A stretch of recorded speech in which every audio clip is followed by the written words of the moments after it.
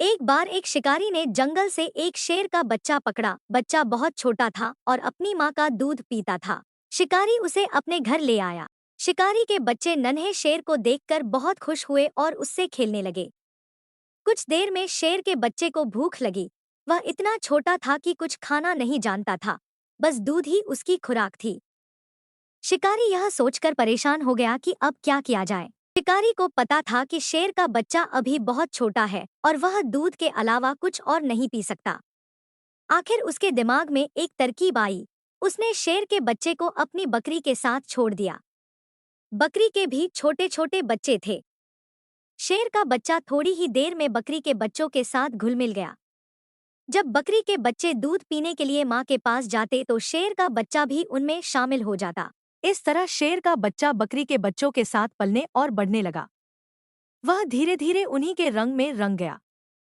वह दिखने में तो शेर लगता था, लेकिन उसकी सारी आदतें और स्वभाव बकरी के बच्चों जैसे हो गए थे। इस तरह शेर का बच्चा बकरी के बच्चों के साथ साथ बड़ा हो गया। वह शेर तो था, लेकिन बाकी शेरों की तरह बहादुर नहीं था, बल्कि डरपोक था। एक दिन गांव पर भेड़ियों ने हमला कर दिया। शिकारी का घर चूंकि जंगल के पास था, इसलिए कुछ भेड़िए शिकारी के घर में घुस गए। शिकारी उस समय कहीं बाहर गया हुआ था।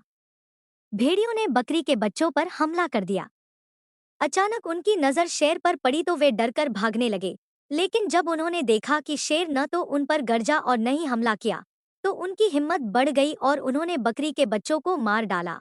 शेर का बच्चा अब एक बड़ा शेर बन चुका था, लेकिन उसमें शेरों जैसी क्षमताएं नहीं थी। वह खड़ा सब कुछ देखता रहा और उनका मुकाबला नहीं कर सका। भेड़िए हमला करके वापस चले गए और शेर वहीं खड़ा रहा।